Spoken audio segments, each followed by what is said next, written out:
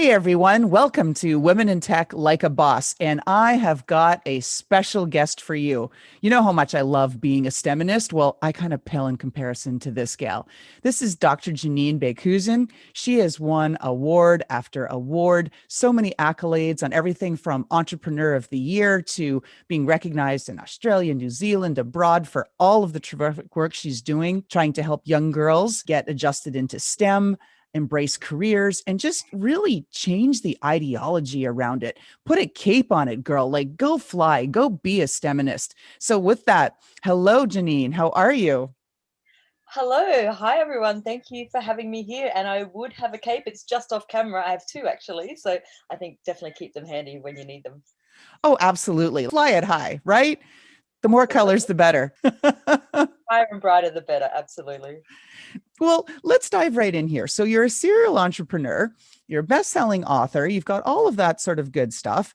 You work in market research and really detailed analysis, but you're also, from everything I read about you, very passionate about helping the next generation of gals come into STEM. So, maybe you could talk about your Tech Girls Movement Foundation to kick this off. So the Tech Girls movement, we're now finished our seventh year, which, to be honest, I didn't think we'd make it through the first year. So thank you. It's a not-for-profit that I set up mostly out of frustration of seeing the lack of opportunities for girls to really shine and to be asked their voice, I guess, to ask their opinion and what they think about things. And I think now more than ever, we're not asking them what education should look like in this new era. What did they enjoy about being from home? And that did work for a lot of young people. So, I mean, we need to get young people's voices on the really important things that matter to us. So the Tech Girls Movement Foundation is a vehicle to not only show girls that they matter, that they have really awesome ideas to contribute to important problems, not only locally, but globally, to connect them with mentors like yourself, so to show them, if you can't see it, you can't be it, and to give them the confidence and skills to really own their place in the world and to say, I can do this and I'm important and my voice matters. And now, with 7 years behind you in this movement, because it really is, it's more than just a foundation, it's a movement. How many girls have you put a cape on? Absolutely. Thank you. Just over 10,000. We've reached them in a hands-on program on some level for a minimum 2.5 hours. They've all been through design thinking process to solve problems in their local community and design apps to address those. So they've all done some kind of business planning on some level, from anywhere from 2.5 hours to spending 16 weeks on a program to design a full, 30-page business plan. 11-year-olds doing 30-page business plans. And it's the ripple effect, right? So you've directly impacted 10,000. How many parents, siblings, friends, and that have been impacted from these 10,000 gals, right? That's hard to calculate. It absolutely is. And I get messages all the time. Just last week from a mother saying, we've never directly been in your program, even though we came to one event. But now my daughter's just chosen some biomed at university and been accepted early entry. And that's because of your influence from the program. It's like, okay, wow, that's cool. Exactly what you want to hear, right? And that was going to kind of cue up my next question, because you said you weren't sure you were going to make it through the first year, and then here you are 7 years, right? So many founders kind of go through the, I guess the valley of sorrows. The question I wanted to ask then is, on those hard days, what gives you the strength to keep going and push through it? You're right. There are hard days and hard months, even hard periods of time. And knowing you're making a difference, I think, is what it comes back to. And I have a little folder in my hard drive with, a smiley face that has all of those nice comments and those good feedback. And you go back there whenever you need to. And I guess knowing that this moment will pass, and whether it gets worse or better, I don't know what the best option is, but it will change. I think having a good team around you is really important, and having good colleagues and peers to sort of lean on in those tough times. And I think this year we've all learned that more than anything, who's important to us and who's there for us.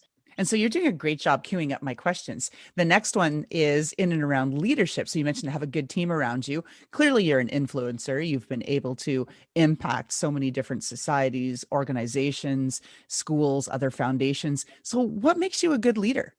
What an excellent question. I've just been doing some Brene Brown training recently around, being vulnerable, I guess, and putting yourself out there. And I guess one of my weaknesses is I am probably a bit too trusting. Sometimes it pays off, sometimes it doesn't. But the times it does is pretty awesome. Times it doesn't can be quite challenging as those bad days come in. I think giving everyone their own path in your team as well, giving them the ability to find their own way. And rising strong, right? You said to Brene Brown, rising above it and then bringing your team with you, right? Reaching down and Absolutely. And I was at a panel yesterday and they were talking about what makes a good organization, and it's about culture and building good culture. And that has been very, very challenging. And probably only in our 5th year we managed to kind of get there. But now it's fantastic and they can never leave me. See, there you go, right? Make yourself and make them indispensable. Now, if you have to think back, what is the hardest thing you've ever had to do, personally or professionally, whatever you're comfortable sharing?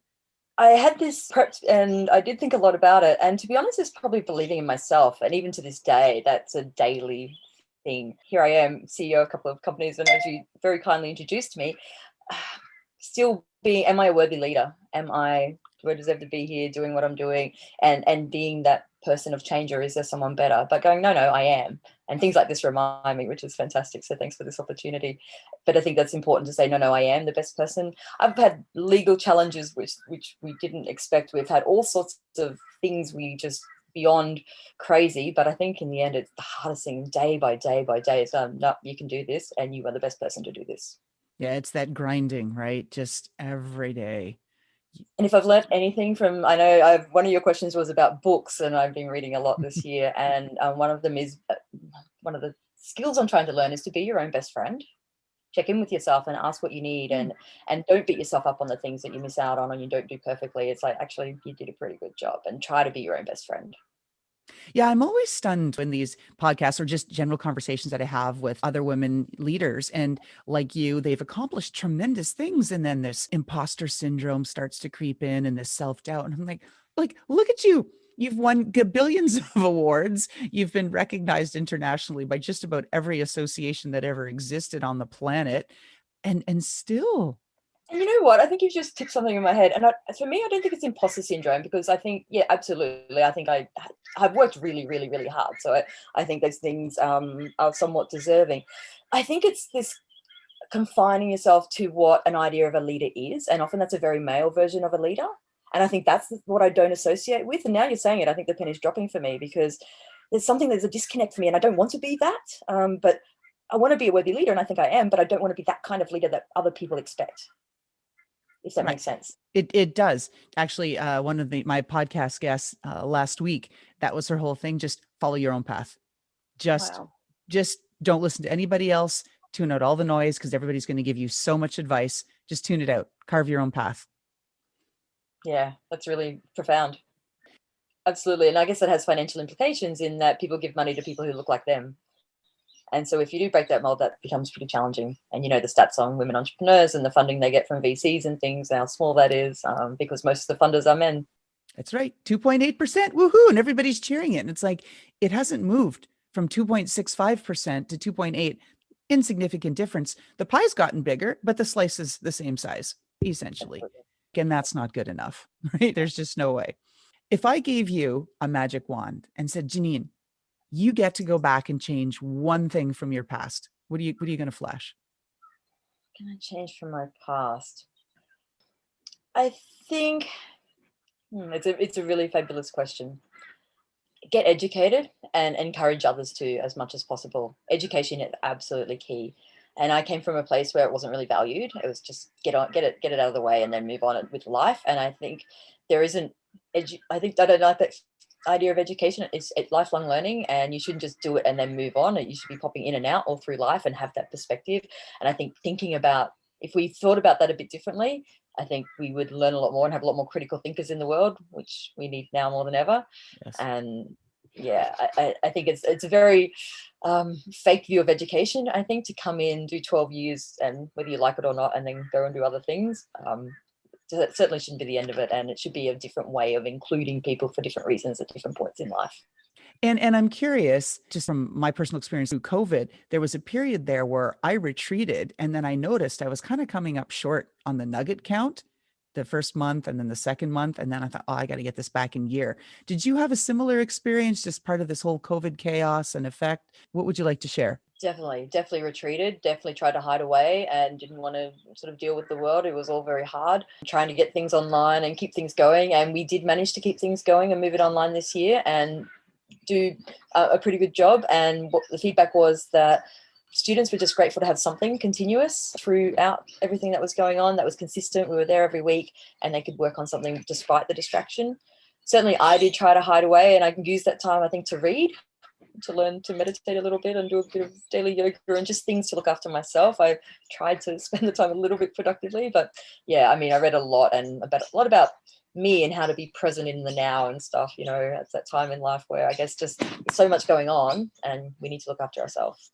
Yeah, that's self-care. I mean, it's one of the things that so many of the gals that I speak to reference. They are talking about, well, now I'm homeschooling the kids. I mean, you look at the numbers. PitchBook came out with its quarterly report on amounts of monies raised through investors. And from Q2 to Q3, women dropped by 50%, men dropped by 11. So there was clearly a COVID effect, but you look at how dramatic it was. And then talking to some of these gals, well, why? It's like, well, I didn't have time. I was homeschooling. I couldn't go raise money. And the same is seen in research. Women are submitting less to academic publications by about a quarter during COVID because they have less time to be doing the research and writing it up. So yeah, there's a lot of inequalities across the board. Yeah, it just keeps coming through. Not so much boys. I mean, we do get the question, why aren't you running this for boys? And the answer always is there's lots of programs for boys. And again, we need a safe space for girls. There's still research evidence we do need a place for girls to learn and grow. And boys, in my experience, always take the technology off the girls. Always. So I think we need to give them a space to not do that.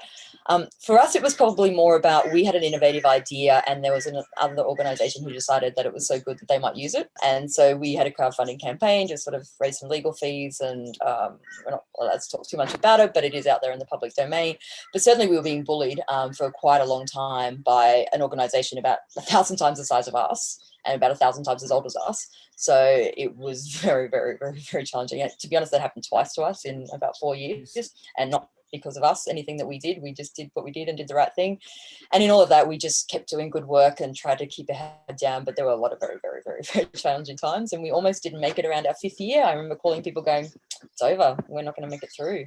We had some great people join us at that point. Some of our board members who stuck by us, like came to us in tough times, which shows their integrity, I think, to stand by us when it was really challenging. And some people, just by doing a few things, really helped us out of that and supported us. So yeah, I think any kind of success, you're a moving target. And do you think that things are starting to shift? Do you think that that's going to maybe minimize some of those voices and noise that's so negative towards like all girls or those sorts of groups? Or do you think it's just going to propel them forward? I think you always have pockets of those, but otherwise, I mean, here in Australia, we now have a government that's making decisions for society that are the right decisions because they actually have no other choice, to be honest, which is great. But somehow they've had to be forced into it, though, which isn't ideal. And they should be doing these things otherwise, in terms of, you know, providing support for, you know, people who are missing out on employment in these times and things. So it's, yeah, sometimes you have to change behavior before you change attitudes. And I would like to think, from all the conversations I have, that diversity is going to be a key priority for organisations and governments going forward.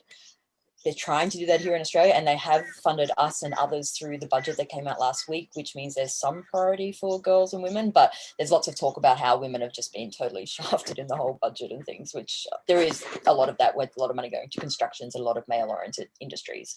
So I think there's still the fight. There's still the fight. I think it is getting easier. I've been talking about this for 20 years. It's definitely getting easier. The conversations are easier. People kind of get it now. Some people are still ticking boxes. To be honest, I don't care, as long as you do it. If it's a box you got to tick, if that's what motivates you. I mean, ideally we'd like other motivations, but yeah, I think there's a spectrum, and people are starting to move along that spectrum a little more. But as you know, there's still, you know, plenty of boards that don't have women on them. There's, I think, more men that run companies called John than there are women on CEOs and things like that, and that's also crazy. It's true. It's like until we get to that place, right, of diversity with intention, and we've got a ways to go. But I do think that all of the horrific experiences, the US on the global stage pretty much all year, that is shining the light, that we do have to go down that path, not just as a nation, but as a society. And overdue. And even just thinking about things like, I've just learned the concept of neurodiversity, and I probably should have known this before, but appreciating people on the spectrum and people who have different abilities. And I guess we all have something new to bring to the table and something useful and innovative. Companies are getting a competitive edge by hiring people who think outside the box, who have not the normal abilities we expect. And this idea of normal is boring, to be honest, and it's not where creativity and innovation comes from. I eschew all things normal. There's no fun in that. Absolutely not. Absolutely not. Let's use our Now, strength and our superpowers. well, that's just it, right? I actually recently did a superpower assessment. And as it turns out, like of the, I don't know, 7 superpowers, I have rebel as my top one. I'm like, that's Ooh, not a surprise, is it? I can send well, it to you if you like. It's perfect. it's cool. It's done by the folks at Constant Journey Coaching. And it's interesting to see how it fits out and surprisingly accurate. Yes, we all have a superpower and we need to pull it out when we need to. So what's yours, Jenine? Good question. I think in reality it's connecting people, but often when I talk to schoolgirls, I say that it's my smile because it's almost physically impossible for someone to frown at you when you smile at them. So I tell them to put your hands on your hips when someone's frowning at them and give them a big smile and see how they react. Oh, I like that. That's good. I'll have to use that. Channeling Amy Cuddy, kind of, yeah. Ah. Usually the tip I use is if you're going to start to well up with tears, look up because then the tears collect in the bottom middle of your eyes and then the tears don't fall out and stream. So that's the little trick because we all get a little emotional sometimes and Oh, just yes. look up, look up. Very good tips. Now, thinking of tips, then again, you're doing a great job with segues. What is the tip that you want to give? The one best piece of advice for the next generation of women in tech? I want them to be valued for their brains rather than what they look like, which is often the conversations that we have. So I think for us talking to younger people, we should be asking them what's their favorite book or how do they want to change the world rather than telling them they have a pretty dress. I think that's a really easy default that we do. And not that they're not wearing a pretty dress, but it shouldn't necessarily be the main part of the conversation, which often it does happen. Just we don't even realize we do these things. Yeah, and ask them how they want to contribute to the world, because I think you'll be surprised. I'm always very surprised when I ask that question. And I think for young people, I think just dream big.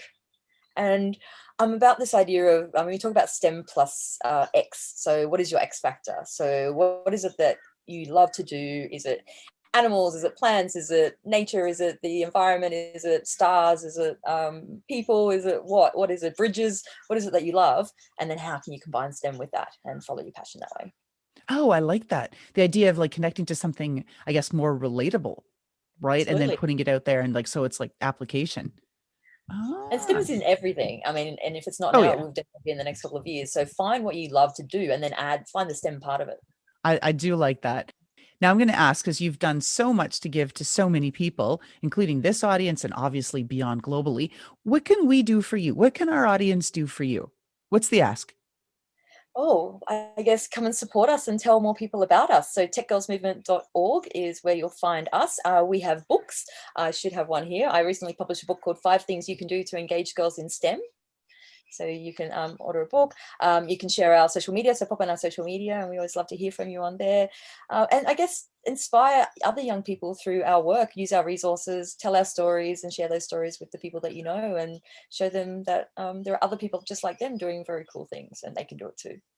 Everybody can wear a cape, right? Absolutely. You can never have too many capes, actually. I have a corporate cape. I've got the, regular shiny capes. I've got all sorts. And I have to ask, like, I'm a glitter girl. Do you have any shiny, sparkly capes, Janine? Oh, I do. Can I jump off camera for 5 seconds? Do it. Okay. Give me 5 seconds.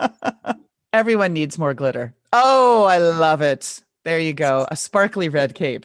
Absolutely, because we absolutely need that. So I've just completely freaked out my cat now, but that's okay. But yes, no.